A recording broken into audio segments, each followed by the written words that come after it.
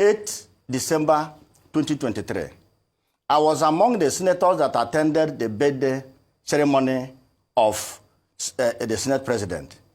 Right from the Victor Atta Airport, I drove in the same vehicle with the said senator, with her husband. In fact, I was in the front seat while the senator and her husband was at the back seat.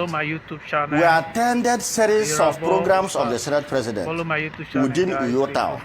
At the end of the day, we moved to Ekotekbene, the hometown of the Senate President.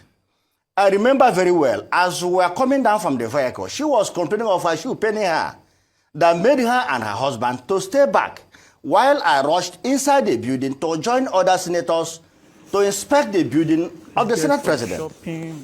I must tell you for free, and that is the truth, Senator Natasha never joined us inspecting the buildings of the Senate President. She was seated at the parlor with her husband. The Senate President took us around, took us to the chapel, and called those who are Catholic senators to join him in a Holy Mass. We celebrated the Holy Mass, and at the end of the day, ended up in her garden, and he hosted us.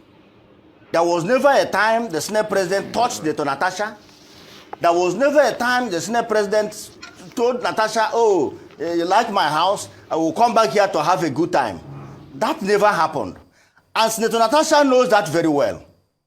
So it is disheartening and unbelievable for a senator of the Federal Republic to act of mere provocation simply because you were given a new seat and probably a committee was changed to get up to lay a false allegation against a man that is old enough to be your father. Up till now, I'm still in shock because it's unbelievable. All right, Mr. Nwebunyi, you... And let me cap it up. From the house of the Senate President, I still drove in the same vehicle with Senator Natasha and the husband. I was still in the front seat to 4 Points Hotel, where we all lodged. The following morning, I was with the husband. We had a walk together within the hotel. He never told me of anything that the husband, that the wife was harassed.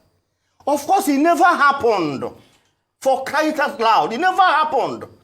The Senate President never had a handshake with Natasha in his house, let alone toasting her.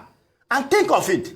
How do you think a sane man will toast a married woman in the presence of over 20 senators, in the presence of her husband? Come on. This is unbelievable and should be condemned.